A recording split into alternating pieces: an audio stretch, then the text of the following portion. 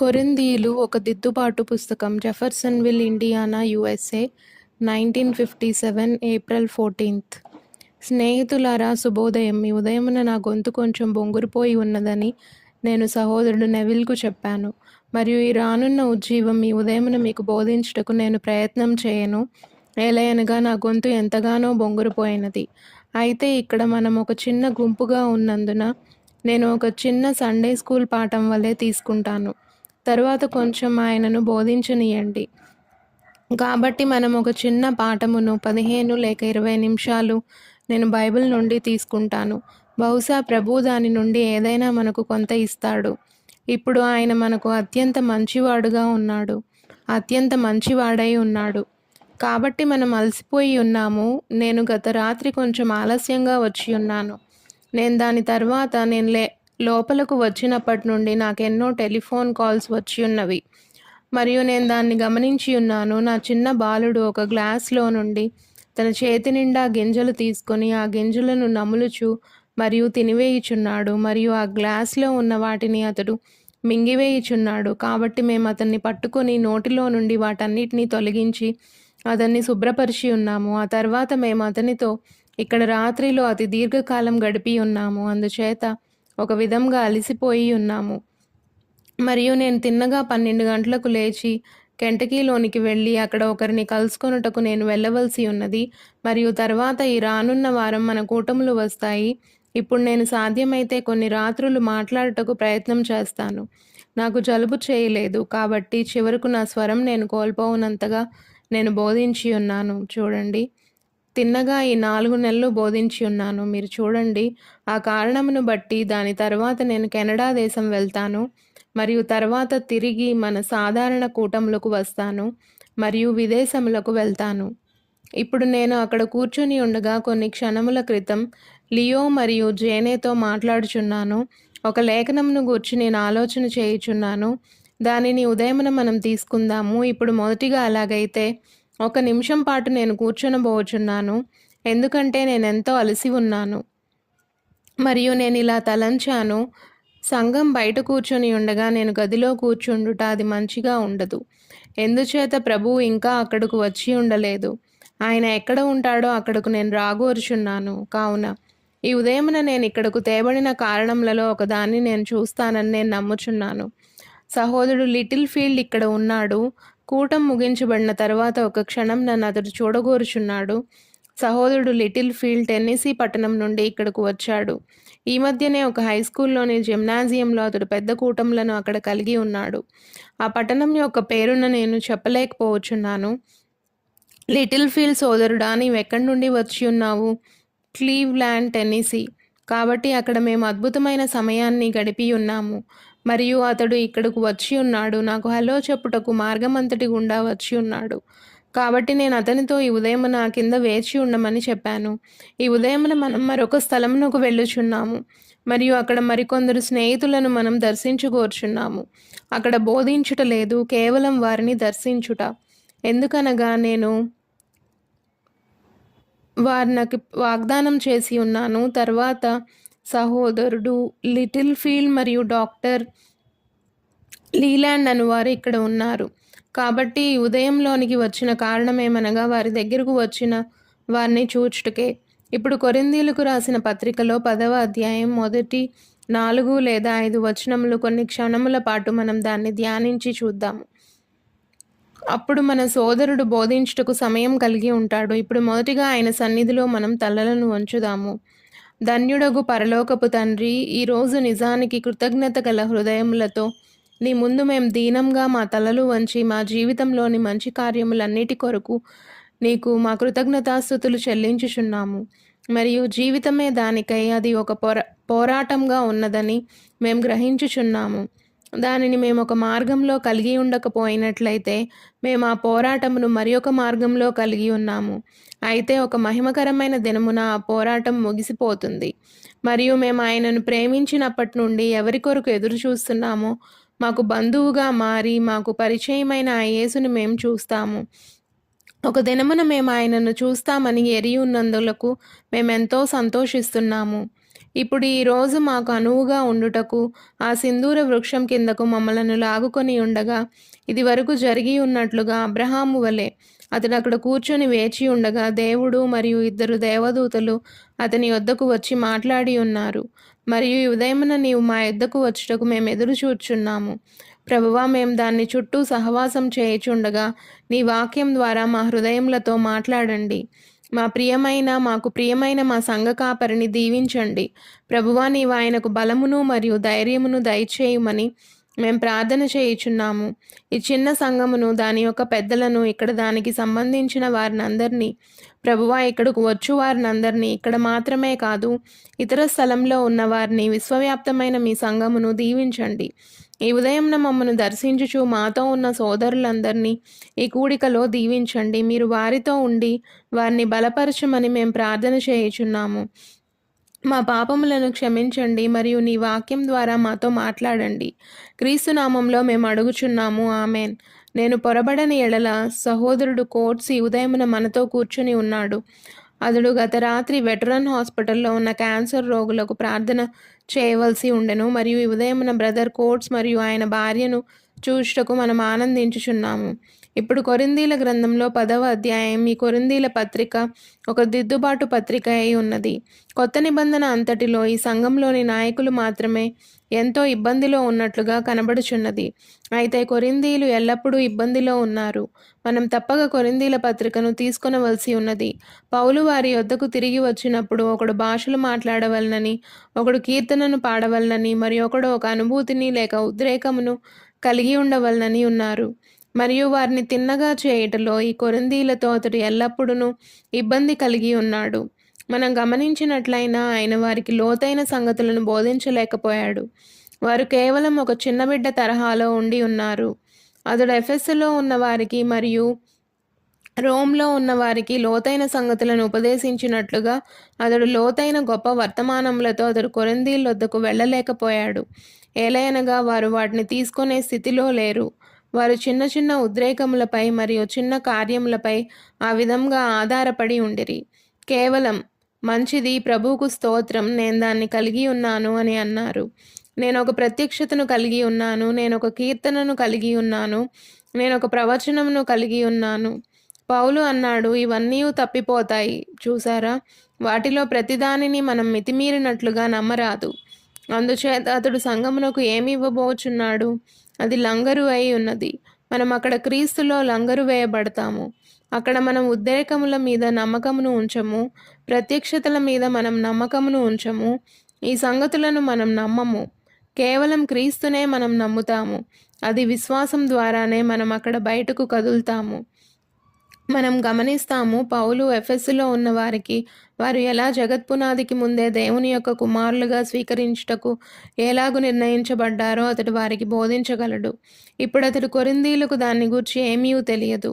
వారు కేవలం ఒక చిన్న స్పర్శ లేక ఒక చిన్న ఉద్రేకం, ఇది అది మరియు మరొకటి వారు కలిగి ఉండవలసి ఉన్నదని అనుకున్నారు మరియు వారు దాని మీద ఆధారపడ్డారు.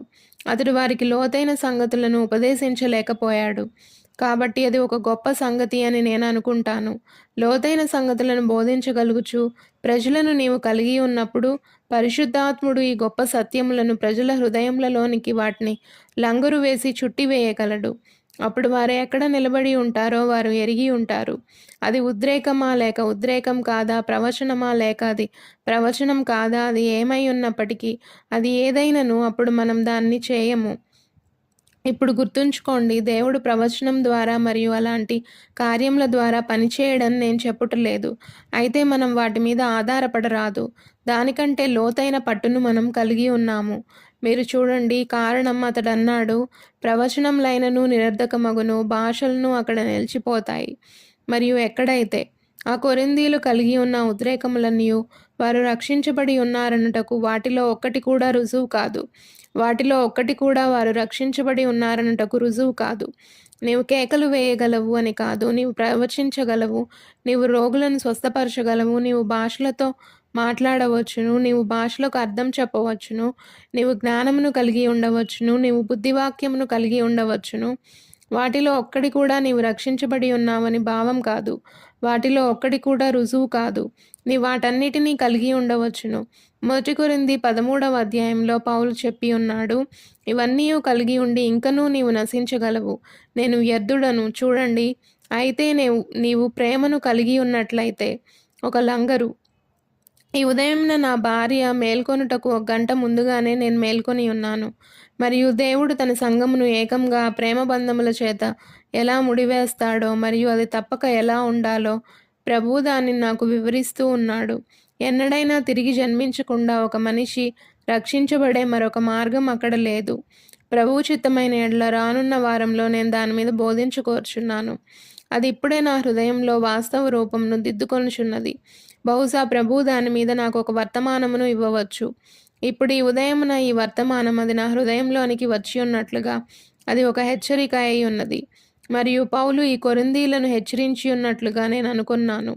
బహుశా మనం ఈ హెచ్చరికను ప్రజలకు తీసుకొని వెళ్ళటం మంచిది. ప్రజలకు మనం ఈ హెచ్చరికను తీసుకొని వెళ్ళినట్లయితే ఇప్పుడు మనం ఒక ఉజ్జీవమును ఎదుర్కొనబోచున్నామని ఎరుగుచున్నాము. మరియు ఇది ఒక పరీక్షించుకొని సమయమై ఉన్నది. మనం తప్పక పరీక్షించబడవలెను. ఇప్పుడు పౌలు అన్నాడు, సహోదరులారా, ఈ సంగతి మీకు తెలియకుండుట నాకు ఇష్టం లేదు. అదేదనగా మన పితరులందరూ మేఘం కింద ఉండిరి. వారందరూ సముద్రంలో నడిచిపోయిరి. అందరూ మోషేను బట్టి మేఘంలోనూ సముద్రంలోనూ బాప్తిస్మం పొందిరి. ఇప్పుడు దేవుడు అరణ్యంలో నుండి ఇశ్రాయేలును బయటికి తెచ్చినప్పుడు సేవించుటకు మరియు వారిని వాగ్దాన భూమిలోనికి తెచ్చి ఉన్నాడని అతడు వారికి ఒక గ్రహింపును ఇచ్చుచున్నాడు. మనం భౌతికమైన కార్యముల నుండి, విధుల నుండి మరియు వాటి క్రమములన్నిటి నుండి బయటకు తేబడినట్లుగానే వారును ఉన్నారు. అతడు వారికి అక్కడ ఒక మాదిరిని ఉంచుచున్నాడు. మరియు మనం మన పాఠంలో కొంచెం ముందుకు వెళ్ళినట్లయితే వారిలో అనేక మంది కూలిపోయారు. కారణం వారు వారి విధుల నుండి, వారి క్రమములన్నిటి నుండి, దేవుడు కోరిన ప్రతిదాని నుండి బయటకు వచ్చి వాటన్నిటినీ చేసినప్పటికీ ఇంకనూ వారి హృదయాలు దేవునితో సరిగా లేవు. ఇప్పుడు మనం ఎన్నో కార్యములను చేయగలము. ప్రభురాత్రి భోజనమును తీసుకొనగలము. బాప్తిస్మం పొందగలము. మనం సంఘమునకు రాగలము. సంఘ పుస్తకంపై మన పేర్లను ఉంచగలము. లేక ఎంతో గౌరవంగా, ఎంతో మర్యాదగా సరిగ్గా మనం ఉండగలము. అంత సరిగ్గా ఉండగలము. మరియు ఇంకనూ మనం నశించిన వారమే. అది మనకు ఒక గంభీరమైన హెచ్చరిక అయి ఉన్నది. మనమంత సరిగ్గా ఉండగలము. మరియు ఆత్మ కూటంలో కుమ్మరించబడినప్పుడు, వాక్యం ప్రకటించబడినప్పుడు మనం ఆనందించగలము. మరియు వాక్యంతో మన ఆత్మలో ఆనందిస్తాయి. మరియు మనం ఇంకనూ నశించిన వారమే. నీతిమంతుల మీదను మరియు అనీతిమంతుల మీదను వర్షం కురియుచున్నది. ఏ వర్షమైతే గోధుమలను ఎదుగునట్లు చేసిందో అదే వర్షం కలుపు మొక్కలను కూడా ఎదుగునట్లు చేయుచున్నది. అది ఉత్పత్తి యొక్క స్వభావమై ఉన్నది. చూడండి, అది దాని యొక్క స్వభావమే మనం ఏమై ఉన్నామో చెప్తున్నది. అందుచేత మనలో ఉన్న స్వభావమే మనం ఏమై ఉన్నామో అది చెబుతుంది. చూసారా, మనం ఒక చిన్న పని చేయకుండా ఆదివారపు దినమున మనం ఎంతో భక్తిగా చివరకు మన చేతులను కూడా కదపకుండా మనం ఉండవచ్చు. ఆదివారంన కనీసం మనం సూదితో ఒక కుట్టు కూడా వేయకపోవచ్చు. కనీసం ఆహారం కూడా కొనకుండా నీతిమంతులుగా తీర్పు తీర్చబడవచ్చును. మరియు మనం ఎంతో భక్తిగా మరియు ఎంతో మతనిష్ట కలిగి ఉండవచ్చు. అయితే మనం దేవుని ఆత్మ చేత నిజంగా జన్మించకపోయినట్లయితే మనం కేవలం వ్యర్థంగా ఆరాధన చేయుచూ ఉన్నాము. కాబట్టి ఇప్పుడు ఇది ఎంతో కరుకుగా ఉన్నది మరియు మనం దాన్ని నిజంగా కనుగొని దాని యొక్క సత్యమును తెలుసుకొనవలసి ఉన్నది. కారణం గుర్తుంచుకోండి, దీని విషయంలో మనం రెండవ అవకాశం పొందబోవటలేదు. ఇది సరిగ్గా ఈ ఒక్కసారికే. కాబట్టి నీవెంతో యథార్థంగా దాని పట్ల నిశ్చయతను కలిగి ఉండవలెను. ఇప్పుడు గమనించండి సహోదరులారా, ఈ విషయంలో మీకు తెలియకుండుట మాకు ఇష్టం లేదు. ఇప్పుడు ఈ కొరింథీయులు మొదటి స్థానంలో నేనేం చెప్పి ఉన్నానో, వారు వారి యొక్క నిత్యమైన నిరీక్షణలను ఏదో కొంత ఉద్రేకంపై నిర్మించుకొని ఉన్నారు. పౌలు అన్నాడు, సరిగ్గా అక్కడ అతడు చెప్పి ఉన్నాడు, నేను మీ మధ్యకు వచ్చినప్పుడు ఒకడు ఇది మరొకడు అది కలిగి ఉన్నాడు. దానికి వ్యతిరేకంగా మాకేమీ లేదు. అయితే ఇంకనూ మనం మాట్లాడుచున్నది దాని గురించి కాదు. చూసారా, అది కాదు. నాకు గుర్తున్నది, నేను మొదటిగా మార్పు చెందినప్పుడు మరియు దేవుని ఆత్మ తన పనిచేయటం నేను చూచుట ఆరంభించితిని. మరియు నిజమైన యథార్థమైన పరిశుద్ధాత్మను కొందరు ఎలా అనుకరణ చేయగలరో మరియు అది అంతవరకు వెళ్ళి ఉన్నది. ఎందుచేత ఏది సరైనదో లేక ఏది సరైనది కాదో కనీసం దాన్ని చెప్పుట అది అసంభవంగా ఉన్నది. నేను ఎరిగి ఉన్న మనిషిని నేను చూచి ఉన్నాను, మరియు వివేచనా వరం ద్వారా అతడు మరొకరి భార్యతో జీవించుచున్నాడని నేను తెలుసుకున్నాను. మరియు ఇక్కడ అతడు నిలబడి భాషలతో మాట్లాడుతూ మరియు భాషలకు అర్థం చెప్పుచు వర్తమానములను ఇచ్చుచు సమస్తమును చేయుచున్నాడు. మరియు మరొక వ్యక్తిని కొన్ని క్షణముల క్రితం కలిసి ఉన్నాను, మరియు అతడు ఒక నిజమైన యథార్థమైన క్రైస్తవుడు. మరియు నేను ఇలా అనుకున్నాను, ఎలా ఆ ఆత్మ అదే ఆత్మ అక్కడ, అది నేను మొదటిగా పెంతుకోస్తు వారిని చూచినప్పుడు అది ఇండియానాలోని మిషావాకా అను స్థలంలో అయి ఉన్నది. నేను మీకు చెప్తాను, అది నిశ్చయంగా కొన్ని గంటల పాటు అక్కడ నేను దేవదూతల మధ్య ఉన్నానని నేను అనుకున్నాను, మరియు తర్వాత కొన్ని గంటల పాటు నేను దెయ్యముల మధ్య ఉన్నానని తలంచాను. నేను దాన్ని చూచినప్పుడు ఇద్దరి మనుషులను చూచి ఉన్నాను. ఒకరు వర్తమానమును ఇచ్చారు, ఒకరు తర్జుమా చేశారు. ఇది వరకు ఎన్నడూ భాషలతో మాట్లాడుటను అలాంటి కార్యములను నేను విని ఉండలేదు. అవి ఎలా కదిలి ఉన్నవో ఆత్మలను నేను గమనించాను. ఓ మై, ఎందుకు గొప్ప 1000 పాలన ప్రారంభమై ఉన్నది అని నేను తలంచాను. మరియు అప్పుడు బయట వారిలో ఒకరితో మాట్లాడే అవకాశం నాకు దొరికినప్పుడు అతడు దేని నుండి తయారు కాబడ్డాడో నేను చెప్పాను. అక్కడ అతడు ఉండవలసినంత చెడ్డవాడుగా ఉన్నాడు. మరియు ఆ రాత్రి నేను వారిని మరలా గమనించాను, మరియు నేను ఇలా తలంచాను, ఓ ఇక్కడి నుండి నేను దూరంగా వెళ్ళిపోవాలి. ఇది ఎలాగో నేను అర్థం చేసుకోలేకపోవచ్చున్నాను, మరియు ఈ కార్యములు బైబిల్లో ఉన్నవని నేను చూశాను. అయితే ఇక్కడ ఒకరు దాన్ని చేయుచున్నారు, మరియు అతనికి దేవుని ఆత్మ లేదు, మరియు మరొకరు దాన్ని చేయుచున్నారు, అతడు దేవుని ఆత్మను కలిగి ఉన్నారు. అప్పుడు నేనంతా గందరగోళమైపోయాను, మరియు ఆ పూర్తి విషయాన్ని వెళ్ళిపోనిచ్చాను. అనేక సంవత్సరముల తర్వాత ప్రవాహం అయిపోయిన తర్వాత నేను రోడ్డుపై గ్రీన్ మిల్కు వెళ్లే దారిలో పైకి నడుచుకుంటూ వెళ్ళుచుంటిని. శ్రీ ఐస్లర్, ఆయన ఒక రాష్ట్ర శాసన సభలోని సభ్యుడు, ఇక్కడ సంగమునకు వస్తాడు. అతడు నన్ను దారిలో కలుసుకున్నాడు, మరియు అతడు తన చేతులను నా మీద ఉంచి ఇలా అన్నాడు, బిల్లీ, ఇప్పుడు క్రీస్తు అనగా నీకు ఏ భావం ఉన్నది? నా తండ్రి చనిపోయి ఉన్నాడు, నా సోదరుడు చనిపోయి ఉన్నాడు, నా భార్య చనిపోయినది, మరియు నా కుమార్తె చనిపోయినది. మరియు నేనన్నాను, ఆయన ఏ భావాన్ని ఇస్తాడు? నేనన్నాను, శ్రీ ఐస్లర్, ఆయన అనగా నా భావం జీవం కంటే ఎక్కువై ఉన్నాడు. నేనన్నాను, కొన్ని సంవత్సరముల క్రితం నా అంతరంగంలో ఏదో సంభవించి ఉన్నది.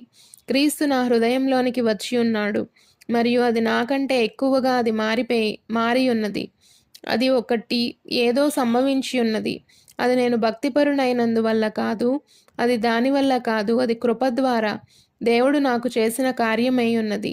మరియు నేనన్నాను, ఆయన నన్ను చంపినను నేను ఒకే రీతిగా ఆయనను నమ్ముతాను, మరియు నేను నరకంలో ఉన్నను. ఒకవేళ అక్కడ ప్రేమ అనునది అక్కడ ఉంటే నేను ఇంకనూ ఆయనను ప్రేమిస్తాను. అంతే, అది ఏదో ఇక్కడ ఉన్నది. ఆయన సరేయి ఉన్నాడు. నేనెన్నడైనా పొందిన ప్రతి శిక్షకు నేను తగిన వాడనై ఉన్నాను. నీవును అదే చేయుము. అయితే ఆ లంగరు, ఆ ఒకటి, ఆ దేవుని ప్రేమ అను లంగరు, అది మానవ హృదయంలో పట్టుకొని ఉన్నది. మిగిలిన కార్యములన్నీ ద్వితీయ శ్రేణిలో ఉన్నవి. నేనక్కడ ఒక మొద్దు మీద కూర్చొని ఒక విషయం కొరకు ప్రార్థన చేయుచుంటిని, మరియు నా బైబిల్ తెరవబడినది, మరియు నేను చదువుచున్నాను. అది హెబ్రీ 6వ అధ్యాయమై ఉన్నది. నేను అక్కడ చదువుచూ ఉంటిని. అది ఎలా ఒకసారి వెలిగించబడి పరలోక సంబంధమైన వరములను రుచిచూచి పరిశుద్ధాత్మలో పాలివారై దేవుని దివ్యవాక్యమును రాబోవు యుగ సంబంధమైన శక్తుల ప్రభావమును అనుభవించిన తరువాత తప్పిపోయిన వారు తమ విషయంలో దేవుని కుమారుని మరలా సిలువ వేయిచు బాహాటముగా ఆయనను అవమానపరుచున్నారు. కనుక మారు మనసు పొందునట్లు అటు వారిని మరలా నూతన పరచుట అసాధ్యము. ఎట్లనగా భూమి తన మీద తరచుగా కురియు వర్షమును తాగి ఎవని కొరకు వ్యవసాయం చేయబడునో వారికి అనుకూలమైన పైర్లను ఫలించుచు దేవుని ఆశీర్వచనం పొందును. అయితే ముండ్ల తుప్పలను గచ్చుతీగలను దాని మీద పెరిగిన ఎడల అది పనికిరానిదని విసర్జించబడి శాపం పొందదగినదగును. తుదకు అది కాల్చివేయబడును. మనం పరిశుద్ధాత్ముడు దానిని గూర్చి నాతో మాట్లాడుచూనే ఉన్నాడు. అదేమై ఉన్నది? నేను మరలా దాన్ని తిరిగి చదువుతాను, మరియు అప్పుడు ఒక దర్శనం వస్తుంది. ప్రపంచం నా ముందు గుండ్రంగా తిరుగుటను నేను చూశాను. అదంతయు దున్నబడి చదును చేయబడి నాటబడుటకు సిద్ధంగా ఉన్నది.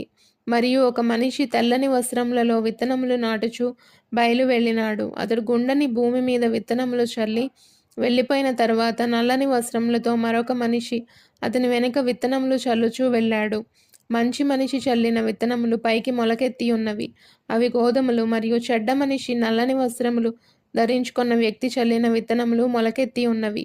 అవి గురుగులు. ఒకటి మరొక దానికి వ్యతిరేకంగా ఉన్నది. ఆ దర్శనంలో ఒక గొప్ప కరువు పరిస్థితులు వచ్చినవి. మరియు చిన్న గోధుమలు తమ తలలను వంచి ఉన్నవి. అవి నీరు కొరకు ఎంతో దాహంతో ఉన్నవి. గురుగులు కూడా తమ తలలను వంచి ఉన్నవి. అవి కూడా నీరు కొరకు ఎంతో దాహంతో ఉన్నవి. అప్పుడు ఒక గొప్ప మేఘం వాటిపైకి వచ్చి ఉన్నది. మరియు వర్షములు కిందకి వచ్చినవి. ఆ చిన్న గోధుమలు తమ తలలు పైకెత్తి ప్రభువుకు స్తోత్రం, ప్రభువుకు స్తోత్రం అని కేకలు వేసినవి. ఆ చిన్న గురుగులు కూడా తమ తలలు పైకి లేపినవి. ప్రభువుకు స్తోత్రం, ప్రభువుకు స్తోత్రం అని అదే నీతిని బట్టి కేకలు వేసినవి. అప్పుడు నేను అర్థం చేసుకున్నాను. చూడండి, అది అక్కడ ఉన్నది. పరిశుద్ధాత్మ కుమ్మరించబడుతుంది. అయితే వారి ఫలముల వల్ల వారు తెలియబడతారు అని ప్రభువైన యేసు చెప్పి ఉన్నాడు. చూడండి, చూడండి, ఆత్మ యొక్క ప్రతిస్పందనను బట్టి వారు చేయు కార్యముల ద్వారా కాదు, వారు రోగులను స్వస్థపరిచినా, లేక వారు భాషలతో మాట్లాడినా, లేక వారు ఆత్మలో నాట్యం చేసిన, లేక వారు ఈ విధంగా లేక ఆ విధంగా ఆనందించిన, అది కాదు. వారు ఆ కార్యములన్నిటినీ చేసి ఇంకనూ తప్పిపోవచ్చును. అది నీలో ఉన్న నీ జీవమై ఉన్నది, ఒక తిరిగి జన్మించిన అనుభవం. ఇప్పుడు పౌలు దీన్ని కొరింథీలకు చెప్పుటకు ప్రయత్నం చేయుచున్నాడు. సహోదరులారా, ఈ సంగతి మీకు తెలియకుండుట నాకు ఇష్టం లేదు. అదేదనగా మన పితరులందరూ మేఘం కింద ఉండిరి.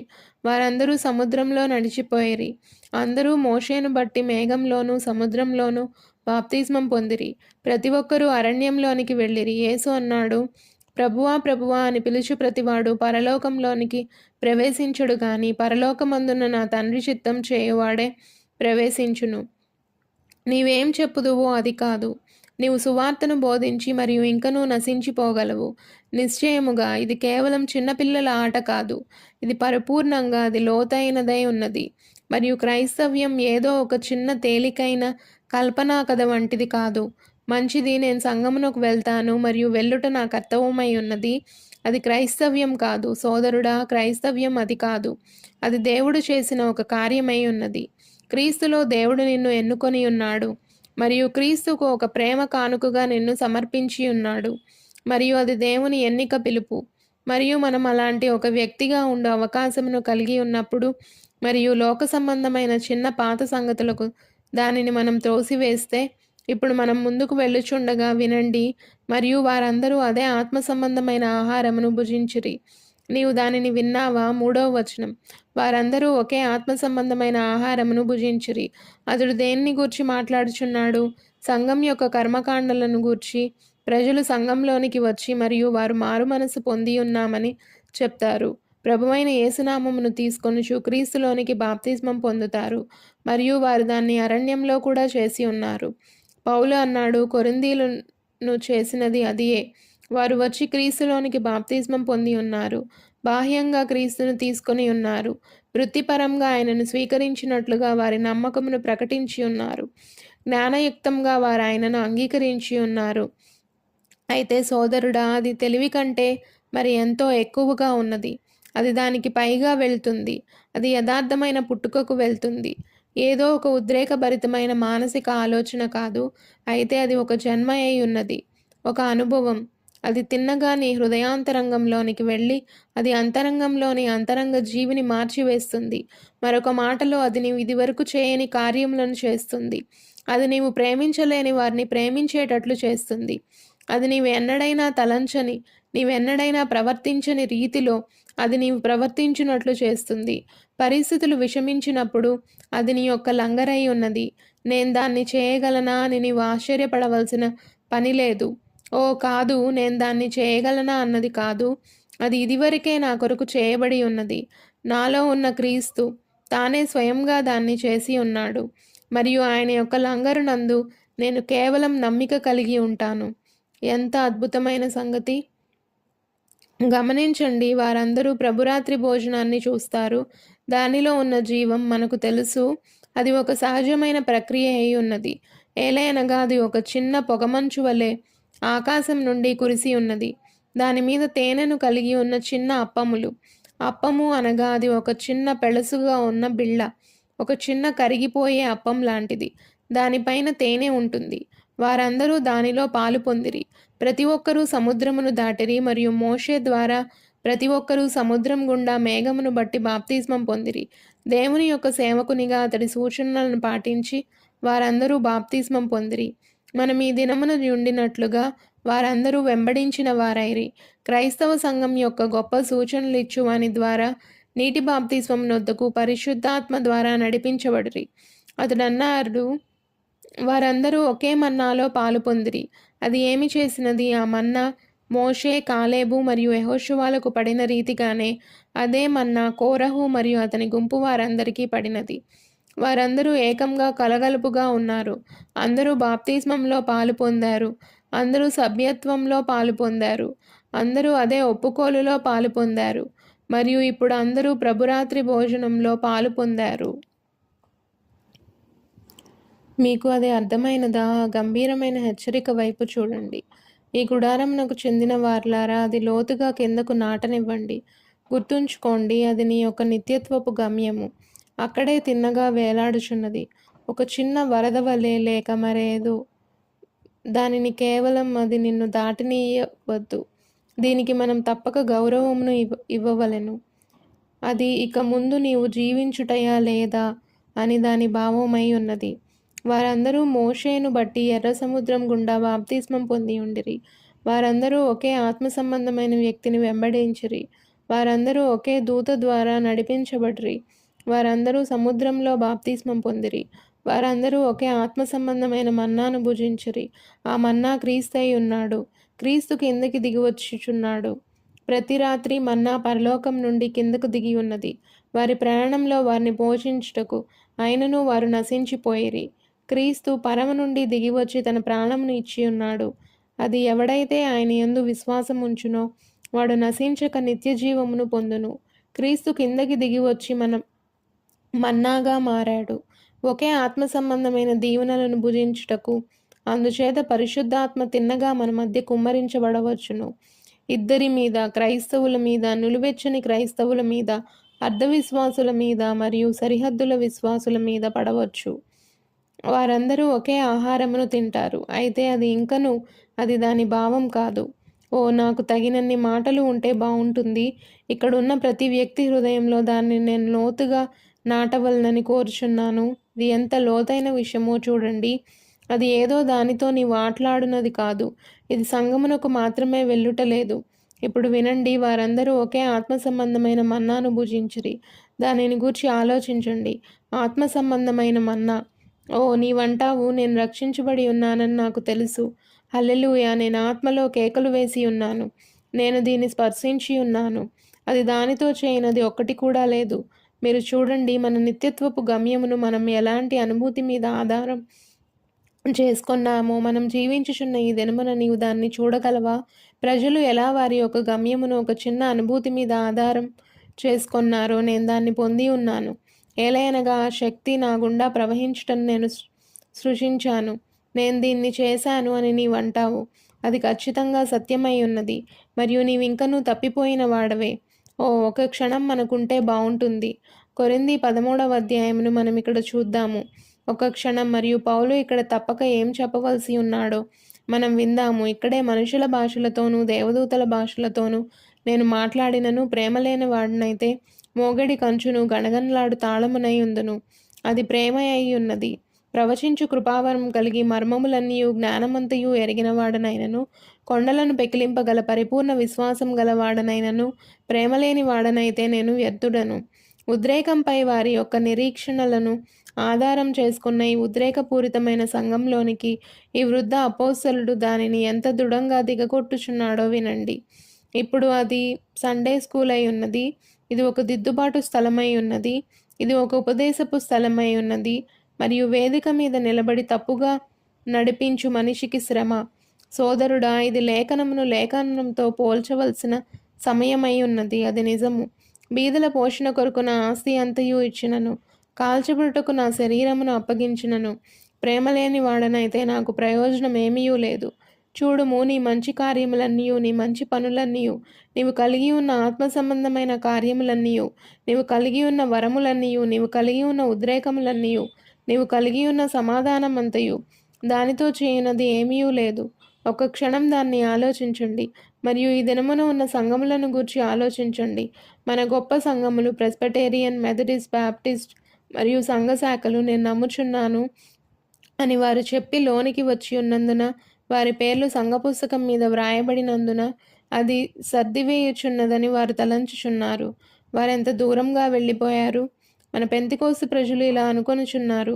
మంచిది, ఒక చిన్న ఉద్రేకమును వారు కలిగి ఉన్నందున, వారు మంచి అనుభూతిని కలిగి ఉన్నందున, వారు భాషలతో మాట్లాడి ఉన్నందున, వారు చేతులలో రక్తమును కలిగి ఉన్నందున, ముఖం మీద కొంచెం నూనెను కలిగి ఉన్నందు, లేక అలాంటిదేదో కలిగి ఉన్నందున మేం దాన్ని కలిగి ఉన్నామని తలంచుచున్నారు. ఓ, మీరు 100 లక్షల మైళ్ళ దూరంగా వెళ్ళిపోయారు. మీకు అర్థమైందా? చూడండి, దెయ్యం, మీ లోకదేవత ఎలా వారికి గుడ్డితనం కలగజేసినదో, మరియు వారు తిన్నగా అలాగే ముందుకు జీవిస్తూ సాగిపోతారు. వినండి, బీదల పోషణ కొరకు నా ఆస్తి అంతయు ఇచ్చినను, కాల్చిబుట్టుకు నా శరీరమును అప్పగించినను, మరియు ప్రేమలేని వాడనైతే నేను వ్యర్థుడను.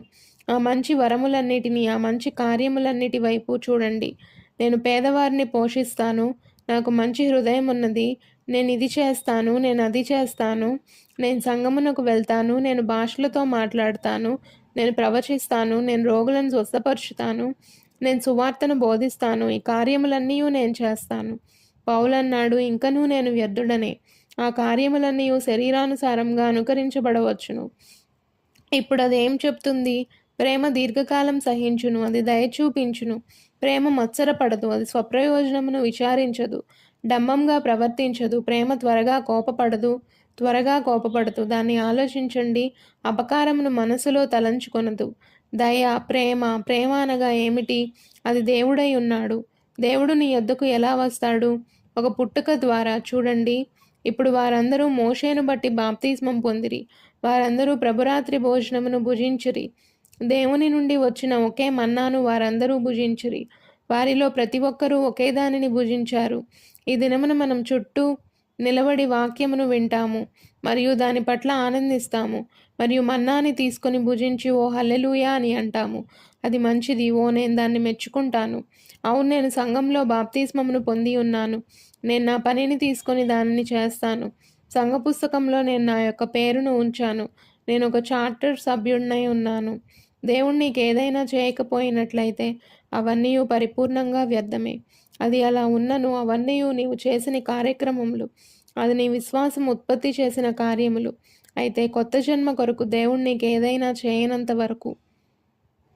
ఇప్పుడు ఒక్క క్షణం. ఇప్పుడు 4వ వచనం. మరియు వారందరూ ఒకే బండలోనిది పానం చేసిరి, ఏలైనగా వారు తమ్ము వెంబడించిన బండలోనిది త్రాగిరి, మరియు ఆ బండ క్రీస్తే. వారందరూ ఒకే ఊటలోనిది త్రాగిరి, వారు ఆనందించిరి. అప్పుడు దాని భావం ఏమిటి? ఆత్మ సంబంధమైన నీటిని పొందుటలో గోధుమలు మరియు గురుగులు ఆనందించినవి. మేము సంఘమునకు వెళ్తాము, మిగిలిన వారందరితో కలిసి మేము చప్పట్లు కొడతాము. మేము మిగిలిన వారందరితో కలిసి నేల మీద పైకి కిందకి గంతులు వేశాము. మేము మిగిలిన వారందరితో కలిసి ప్రవచించాము. మిగిలిన వారందరితో కలిసి మేము భాషలతో మాట్లాడాము. మిగిలిన వారందరి వలె మేము రోగుల కొరకు ప్రార్థన చేసి ఉన్నాము. అయితే అతడు అన్నాడు, ఇప్పుడు వినండి, మనం ఇంకా కొంచెం ముందుకు వెళ్చుండగా ఇప్పుడు ఒక నిమిషం నేను అడగోర్చున్నాను. ఓ, ముందుకు. ఆ బండ క్రీస్తు అయి ఉన్నాడు. ఆ బండ క్రీస్తు. ఈ దినమున ఆత్మ సంబంధంగా ఉన్నట్లుగా అది అక్షరాల అక్కడ ఉండి ఉన్నది. మన్నా ఆహారము పరలోకంలో దేవుని వద్ద నుండి దిగి వచ్చిన వాక్యమే. క్రీస్తు దేవుని యొక్క వాక్యమై ఉన్నాడు మరియు మనం వాక్యమును తినుచున్నాము. చూసారా, ఈ ఉదయమున మనం కూర్చొని ఉన్నట్లుగా వర్తమానమును మనం వినుచున్నాము. మన ఆత్మలు వెళ్ళి ఆ వాక్యమును పట్టుకొనుచున్నవి. మనం వాక్యం ద్వారా జీవిస్తాము. అతడు అన్నాడు, వారందరూ ఒకే ఆత్మ సంబంధమైన మన్నాను భుజించిరి మరియు వారందరూ పానం చేసిరి. ఒకే ఆత్మ సంబంధమైన బండ నుండి వారందరూ తాగిరి మరియు ఆ బండ క్రీస్తై ఉన్నాడు. దానిని గూర్చి ఆలోచించండి. ఇప్పుడు అతడు దేని వద్దకు వెళ్ళుచున్నాడు? దానికి ఒక ముగింపును ఇచ్చుచున్నాను. అతడు ఆ కొరింథీలకు హెచ్చరికను ఇచ్చుచున్నాడు. నేను మీ మధ్యకు వచ్చినప్పుడు మీరేం చేయుచున్నారో జాగ్రత్త పడండి. ఒకడు కీర్తన పాడవలనని ఉన్నాడు, ఒకడు భాషల్లో మాట్లాడవలనని ఉన్నాడు, ఒకడు ఇది మరొకడు అది కలిగి ఉన్నాడు. ఒకడు ప్రవచింపవలనని కోరుచున్నాడు, ఒకడు ఒక ప్రత్యక్షత కలిగి ఉన్నాడు, ఒకడు ఇది మరి ఒకడు అది చేయుచున్నాడు. జాగ్రత్తగా ఉండండి, మీ యొక్క విశ్వాసమును దాని మీద ఆధారం చేసుకొనవద్దు. అవన్నీ మంచిదే, అవి వాటి స్థానమును కలిగి ఉన్నవి. మరియు సంఘంలో అయితే ఎన్నడూ మీ యొక్క రక్షణను వాటి మీద ఆధారం చేసుకొనవద్దు. మీ జీవితం దేవుని వాక్యంతో సరితూగనట్లయితే అప్పుడు దేవునితో సరియగుటకు అది సమయమై ఉన్నది. గమనించండి, ఇప్పుడు మరియు ఈ బండ అరణ్యంలో వారితో ఉండిన బండ. మీరు గమనించాలని నేను కోరుచున్నాను. దేవుడు మోషేను పిలిచినప్పుడు ఫరో యొక్క కాడి కింద నుండి ఇశ్రాయేలును విడిపించుకొనుటకు ఐగుప్తుకు అతన్ని పంపియున్నాడు. ఆయన నీ చేతిలో ఉన్నది ఏమిటి అని అన్నాడు. అది ఒక కర్ర అని అతడన్నాడు. అతడు ఆ కర్రను తీసుకొని నేల మీద పడవేశను. అది సర్పంగా మారెను. మోషే పారిపోయాడు. తర్వాత అతడు దాన్ని పైకెత్తినప్పుడు అది అతని చేతిలో కర్రగా మారెను. ఆ కర్ర అతడు ఐగుప్తులోనికి వెళ్ళినప్పుడు అతడు దాన్ని ఐగుప్తుపై చాపి ఉన్నాడు. అప్పుడు ఈగలు పైకి వచ్చాయి. అతడు మరలా దాన్ని చాపినప్పుడు తెగుళ్లు కుమ్మరించబడి ఉన్నవి. అది దేవుని యొక్క తీర్పై ఉన్నది. కర్రను ముందుకు చాపుట దేవుని యొక్క తీర్పై ఉన్నది. మరియు గమనించండి, ఆ కర్రను అతడు చేపట్టుటకు ముందు మోషే తన చేతిని తన రొమ్ముపై ఉంచెను. అది కుష్ఠరోగం గలదాయను. ప్రతి మనిషి ఆరంభం నుండి అతని స్వభావ రీత్యా ఒక పాపి అయి ఉన్నాడు. అక్కడ ఏ మార్గము లేదు. నీవు పాపంలో పుట్టి అతిక్రమంలో రూపుదిద్దబడి అబద్ధములాడుచు లోకంలోనికి వచ్చావు. నీ తల్లి యొక్క సంఘంలో నీవు వేదిక మీద ప్రతిష్ఠించబడిన వాడవై ఉండి ఉన్నావు. నీవు చిలకరించబడి ఉండవచ్చు. నీవు ఇది అది అయి ఉన్నావు. అయితే ఆరంభము నుండియే నీవు ఒక పాపి అయి ఉన్నావు. తరువాత అక్కడ మరొకటి ఉన్నది. దేవుడు అన్నాడు, నీ చేతిని తిరిగి నీ రొమ్ము మీద ఉంచుము. అతని హృదయం మీద దేవుని యొక్క ఆజ్ఞ ప్రకారం అతడు మరలా తన రొమ్ము మీద చేతులను ఉంచాడు. మనం ఎక్కడి నుండి ముందుకు తేపడ్డామో అక్కడ మొదటిగా అతని చేయి కుష్ఠరోగం గలదిగా మారినది. మొదటిగా నీవు దేవుని చేత ఇక్కడకు తేబడ్డావు, ఒక పాపిగా, ఎంపిక ద్వారా కాదు, కానీ స్వభావ రీత్యా. తర్వాత నీవు మరలా వెనుకకు వెళ్ళిపోతావు. మరియు అతడు బయటికి వచ్చినప్పుడు ఆ చేయి శుద్ధంగా మరియు పరిపూర్ణంగా ఉన్నది. అది ఏమి చూపుచున్నదనగా, ఈ హస్తం తీర్పు యొక్క కర్రను ఆడించుటకు ముందు అది శుద్ధమైన హస్తంగా ఉండవలసి ఉన్నది. అది ఆడించబడుటకు ముందు. మరియు ఏ సేవకుడైనా ఏ ఉపదేశకుడైనా ఈ ఉదయమున నేను ఇక్కడికి రాకముందు నా రేడియో తిప్పినప్పుడు ఒక సంగతిని నేను విన్నప్పుడు అది నా రక్తమును నిజంగా గడ్డగట్టుకుపోయింది. అగౌరవంగా కాదు. మరియు ఇక్కడ ఎవరైనా ఆ వ్యక్తికి సంబంధించిన వారు ఎవరైనా ఉన్నట్లయితే మిమ్మల్ని గాయపరచాలని నా భావం కాదు. అయితే ఇది ఆ సమయమై ఉన్నది. నేను ఎల్లప్పుడూ తగినంత క్రైస్తవుడుగా ఉండి నలుపుని నలుపని పిలుచుటకు, తెలుపుని తెలుపని పిలుచుటో యథార్థంగా ఉండుటకు దేవుడు నాకు సహాయం చేయునుగాక. ఎవరో పాట పాడుటను విన్నాను. అతడు ఇలా అన్నాడు, నేను నా సాక్ష్యమును చెబుతాను అన్నాడు. అలాగే ఒక లేఖనమును తిప్పి చదివి మొదటి కీర్తన నుండి బోధించాడు. పాపుల మార్గమును నిలవక అపహాసకులు కూర్చుండ చోట కూర్చుండని వాడు ధన్యుడు. అతను ఎవరో మీకు తెలుసా? ఆ రాక్ అండ్ రోల్ నాట్యమాడువాడు. అతడే జిమ్మీ ఆస్బర్న్. రేడియోలో సువార్తను బోధించుచున్నాడు. ఓ సోదరుడా, ఎన్నడైనా అది ఒక అపకీర్తిగా ఉన్నట్లయితే అది ఇదే. అలాంటి వ్యక్తి సజీవ దేవుని యొక్క వాక్యంలోనికి కదిలి వెళ్లే ఏ పనియు తప్పక అతనికి లేదు. మరియు ఈ వ్యక్తిని మీరు తీసుకున్నట్లయితే రెన్ప్రో వాలీబాన్ డాన్స్ నొద్ద అతడు రాత్రంతయు చప్పట్లు కొడుతూ పైకి కిందకి ఎగురుచూ కదిలించుకుంటూ పార్టీలో గడిపి మరియు తర్వాత రోజు ఉదయమున ఈ చుట్టూ వచ్చి తన స్వరమును మార్చి ఒక క్రైస్తవుని వలె మాట్లాడుచున్నాడు. ఎందుచేత అది దేవుని దృష్టిలో అసహ్యమైనదై బహు మురికి అయినదై ఉన్నది. దేవుని యొక్క తీర్పు కర్రను ఆడించు హస్తం తప్పక దేవుని యొక్క శక్తి చేత మరియు క్రీస్తు యొక్క పునరుద్ధాన శక్తి చేత తప్పక శుద్ధి చేయవలెను. తప్పక దేవుని వాక్యంను చేపట్టే ఏ పనియూ అతనికి లేదు.